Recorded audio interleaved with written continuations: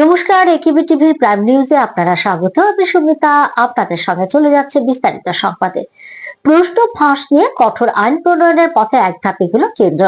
বৃহস্পতিবার রাতে প্রধানমন্ত্রী নরেন্দ্র মোদী সাফ জানিয়েছিলেন, তরুণদের ভবিষ্যৎ নিয়ে ছিনিমিনি খেলে রেহাই মিলবে না। প্রশ্ন ফাঁসকে ইতিমধ্যে ঘোর পাপ বলে আখ্যা দিয়েছিলেন। এবার সেই পাপের যোগ্য সাজা নিশ্চিত করার পথে এক ধাপ এগোল তাঁর সরকার। প্রশ্ন ফাঁস আইন সংশোধনীতে সায় দিল কেন্দ্রীয় মন্ত্রিসভা। চলতি বাদল অধিবেশনে সেই সংশোধনী পেশ হতে পারে।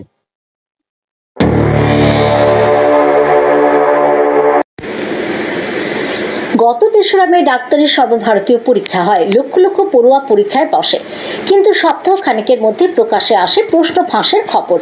বাধ্য হয়ে পরীক্ষা বাতিল করে এনটিএ। হতাশায় বহু পড়ুয়া আত্মঘাতী হন।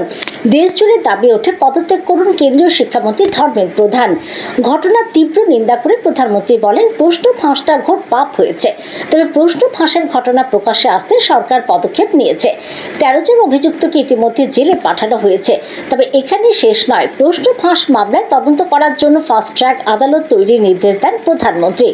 সঙ্গে জানান, এই অপরাধ রুখতে কড়া আইন আনা হবে। সে আশ্বাস পূরণ করে শুক্রবার ক্যাবিনেটে পেশ করা হয় পাবলিক এক্সামিনেশন অ্যাক্ট ২০২৪ সংশোধনী বিল। শুক্রবার এই বিল পাশ হয়েছে মন্ত্রিসভায়। চলতি বাদল অধিবেশনের সংশোধনী বিল পেশ হবে। সম্ভবত সোমবারে এই বিল পেশ হতে পারে। বর্তমানে এনডিএ দলগুলির হাতে সংখ্যাগরিষ্ঠতা আছে সংসদের দুপক্ষেই।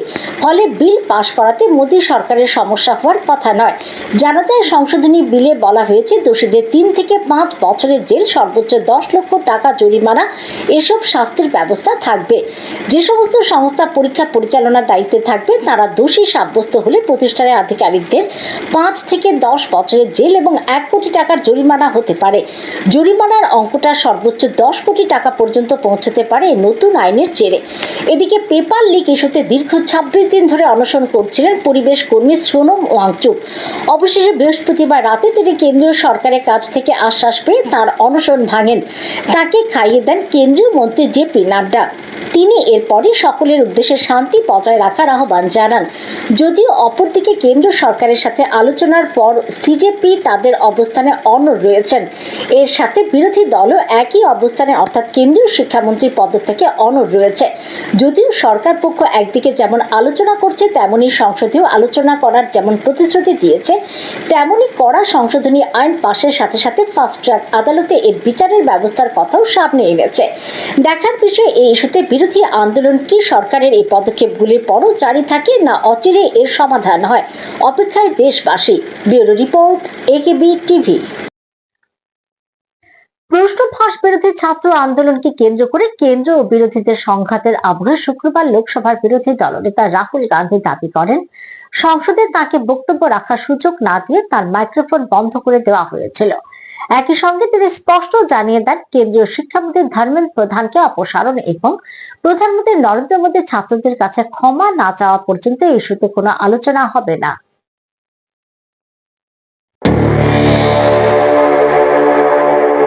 কেন্দ্রীয় শিক্ষামন্ত্রীর পদত্যাগের দাবিতে অনড় বিরোধী শিবির। একই ইস্যুতে এখনো একই জায়গায় সিজেপি।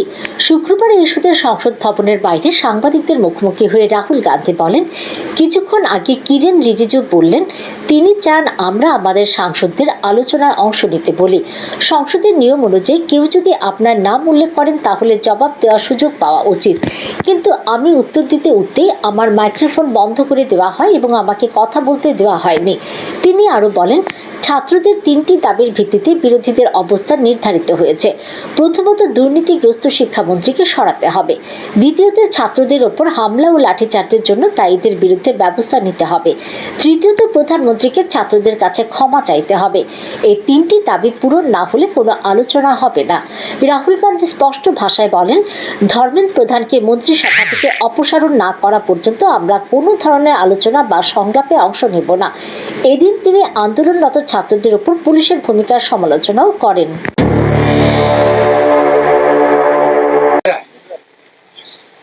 पहली बात, जो एजुकेशन मिनिस्टर है, जिसके कारण ये हुआ, जिसके कारण ये बाहर निकले, पीसफुल प्रोटेस्ट किए, जिसके कारण पेपर लीक हो रहा है, उसको सैक किया जाए।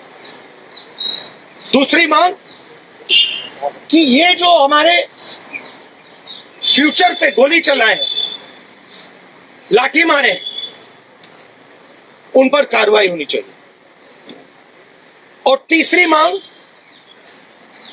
कि नरेंद्र मोदी जी जो पूरे सिस्टम के ऑपरेटर हैं, वो ऐसे जैसे हजारों युवाओं से माफी मांगे। इनका फिजिकल डैमेज हुआ है। मैं आपसे कह नहीं सकता हूं कि इनकी आंख बचेगी नहीं बचेगी। इनकी कोई गलती नहीं। तो ये 3 मांगे हैं। हमारे स्टूडेंट्स को मारना बंद कीजिए, धमकाना बंद कीजिए और ये मांगे पूरी कीजिए। এদিকে এই ইস্যুতে আন্দোলনরত ছাত্রদের প্রতিনিধিদের সাথে আলোচনা করেন কেন্দ্রীয় মন্ত্রী জেপি নাড্ডা এবং জিতেন্দ্র সিং। দীর্ঘ সময় আলোচনার পর আন্দোলনকারীদের আশ্বাসও দেওয়া হয়। কেন্দ্রীয় মন্ত্রী জেপি নাড্ডা জানান, খুবই সৌহার্দ্যপূর্ণভাবে আলোচনা হয়েছে। তারা তাদের দাবিগুলি খুবই মনোযোগ দিয়ে শুনেছেন। এই বিষয়ে পরবর্তী পদক্ষেপগুলি সম্পর্কে তাদের অবগত করানো হবে এবং ফের আলোচনায় বসবেন। आज हम आंदोलनकारी लोगों के विषयों पर चर्चा करने के लिए यहाँ आए थे। लगभग 2 घंटे बातचीत चली। सरकार की ओर से मैं और मेरे साथ भारत सरकार के मंत्री जितेंद्र सिंह जी बातचीत में शामिल हुए। उनकी बातें हमने सुनी। बातें सौहार्दपूर्ण वातावरण में हुई और कई दृष्टि से उन सारी बातों पर हर तरीके से चर्चा हुई। उनकी मुख्यतः 3 डिमांड थी और 5 सुधार के दृष्टि से परीक्षा सुझाव हुए। हमने उनको कहा है कि हम कल आपके साथ दोपहर बाद मिलेंगे और फिर हम अपने जो चर्चा वो आपको बताएंगे।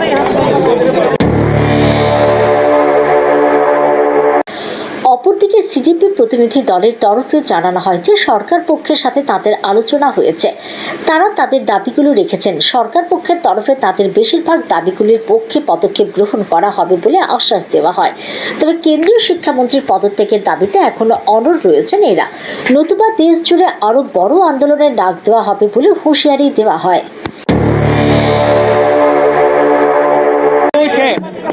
एक सेंटीमेंट है, वो बहुत क्लियर सेंटीमेंट है that Dharmendra Pradhan has to resign और he needs to be sack.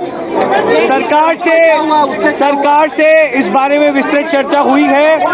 सरकार ने इस मुद्दे पर, इस पॉइंट पर जवाब देने के लिए कल दोपहर तक का समय मांगा है। हमने सरकार को बता दिया है कि पूरे देश भर में इस समय प्रदर्शन चल रहे हैं, जो प्रदर्शन बढ़ते जाएंगे और अगर हमें जल्द ही धर्मेंद्र प्रधान का इस्तीफा या बर्खास्ती नहीं मिली तो ये प्रदर्शन और व्यापक होंगे। Bureau report, AKB TV. NEET UG পরীক্ষায় ধারাবাহিক ত্রুটি বিচ্যুতির অবসান ঘটাতে কেন্দ্রকে নির্দেশ দিলেন সুপ্রিম কোর্ট।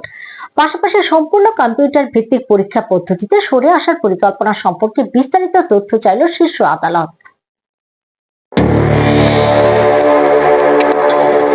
নিট ইউজি পরীক্ষায় ধারাবাহিক ত্রুটি বিচ্যুতির অবসান ঘটাতে কেন্দ্রকে নির্দেশ দিল সুপ্রিম কোর্ট। প্রশ্ন ফাঁস প্রসঙ্গে 2 বিচারপতি পি.এস. নরসিমহা এবং অলোক আরাধ্যের বক্তব্য, এভাবে দিনের পর দিন চলতে পারে না। এদিন 2 বিচারপতির বেঞ্চ জানিয়েছে, নিট প্রশ্ন ফাঁস ইস্যুতে বর্তমান পরিস্থিতির দিকে নজর রাখছে সুপ্রিম কোর্ট। কেন্দ্রকে সর্বোচ্চ আদালতের প্রশ্ন, সম্পূর্ণভাবে অনলাইন পদ্ধতিতে পরীক্ষার জন্য আপনারা কি করছেন? অনুগ্রহ করে আমাদের জানান। কম্পিউটার ভিত্তিক পরীক্ষা হলে কিভাবে তথ্য সুরক্ষিত রাখবেন অনুগ্রহ করে তাও জানান। আমরা নিশ্চিত করব যেন সবকিছু প্রাতিষ্ঠানিক রূপ পায়। কেন্দ্রের তরফে জবাব দেন সলিসিটর জেনারেল তুষার মেহতা। তিনি জানান, ছাত্রদের সমস্যা সমাধানে সরকার স্বার্থের চেয়ে অনেক বেশি পদক্ষেপ করছে। তবে আদালতের সামনে পরীক্ষা পদ্ধতি পরিবর্তনের সামগ্রিক চিত্র তুলে ধরার জন্য আরও কিছুটা সময় চান তিনি। পাল্টা শীর্ষ আদালতের বক্তব্য, বিষয়টিকে এভাবে দিনের পর দিন চলতে দিতে পারি না। মামলার পরবর্তী শুনানি 3রা অগস্ট। Bureau report, AKB TV. নিচে ছোট্ট একটি বিজ্ঞাপন বিরতির সঙ্গে থাকুন।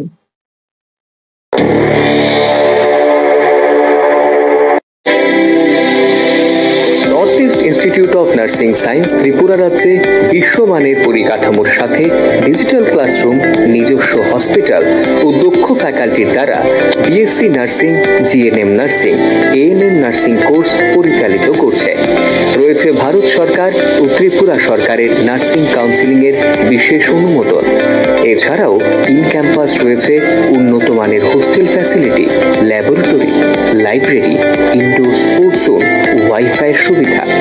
ছাত্রছাত্রীদের জন্য রয়েছে বাসের ফ্যাসিলিটি। তাই নার্সিং পড়তে এখন আর বহির্রাজ্যে নয়, নিজের রাজ্যে 100% প্লেসমেন্ট অ্যাসিস্ট্যান্সের সাথে নার্সিং পড়ার স্বপ্ন পূরণ করুন।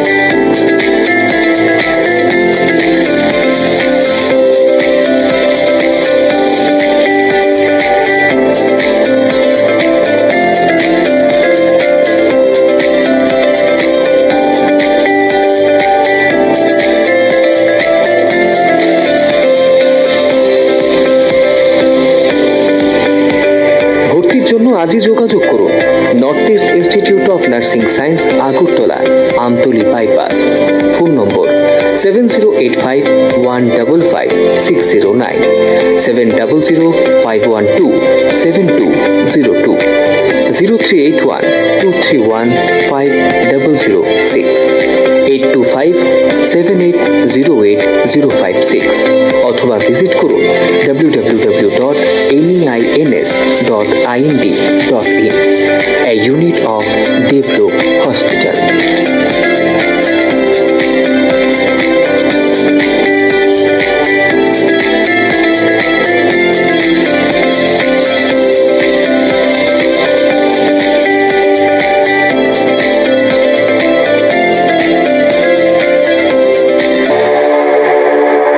বিরতির পর সবাইকে স্বাগত। চলে যাচ্ছে পরের খবরে। একই পরিবারের 3 জনের মৃতদেহ উদ্ধার, মা বাবাকে রক্তাক্ত করে আত্মঘাতী ছেলে, এমনটাই গুঞ্জন। পশ্চিম মহরিপুর এলাকায় শুক্রবার এই ঘটনায় চাঞ্চল্য দেখা দেয়। ঘটনার খবর পেয়ে ছুটে আসে পুলিশ এবং তদন্তের নামে শান্তিবাজার মহকুমার অধীনে পশ্চিম মহরিপুর এলাকার বাসিন্দা শঙ্কর চক্রবর্তীর বাসভবন থেকে শুক্রবার শঙ্কর চক্রবর্তী ওনার সহধর্মিণী ছবি চক্রবর্তীর মৃতদেহ রক্তাক্ত অবস্থায় উদ্ধার করা হয়। অপরদিকে একই ঘরে শঙ্কর চক্রবর্তীর ছেলে কৃষ্ণ চক্রবর্তীর মৃতদেহ ঝুলন্ত অবস্থায় উদ্ধার করা হয়।